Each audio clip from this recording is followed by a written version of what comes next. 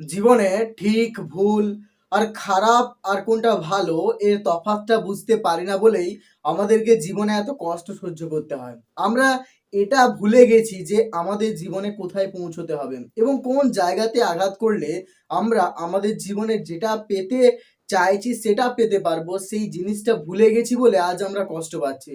আজ আমরা আনখার মতো সব জায়গাতে আঘাত করছি।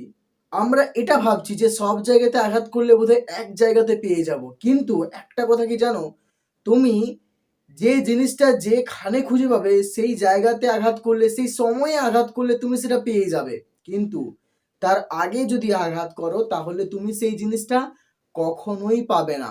যেমন একটা পেয়ারা যখন সেটা কচি অবস্থায় থাকে তখন যদি তাতে কামড় দাও তাতে শক্ত লাগবে, তার পেয়ারাটা কষা লাগবে, কিন্তু সেই পেয়ারাটা যদি পরিপূর্ণ হয়ে যায় সময়ের সাথে সাথে, তখন তুমি যদি ওই পেয়ারাটাতে একটা কামড় দাও তাহলে সেটা নরম হয়ে যাবে এবং সেটা খেতেও সুস্বাদু লাগবে। তাই জীবনে কখনোই অধৈর্য হয়ে পড়বে না, ধৈর্য রাখো। কিছু নেগেটিভিটি, কিছু অবসাদ, কিছু মন খারাপের কারণ, কিছু অবহেলা, কিছু গুরুত্ব না দেওয়া, এগুলো জীবনে আসবে সময়ের সাথে সাথে, কিন্তু ধৈর্য ধরে যদি থাকতে পারো এগুলো সময়ের সাথে সাথে একদিন জীবন থেকে বেরিয়ে চলে যাবে।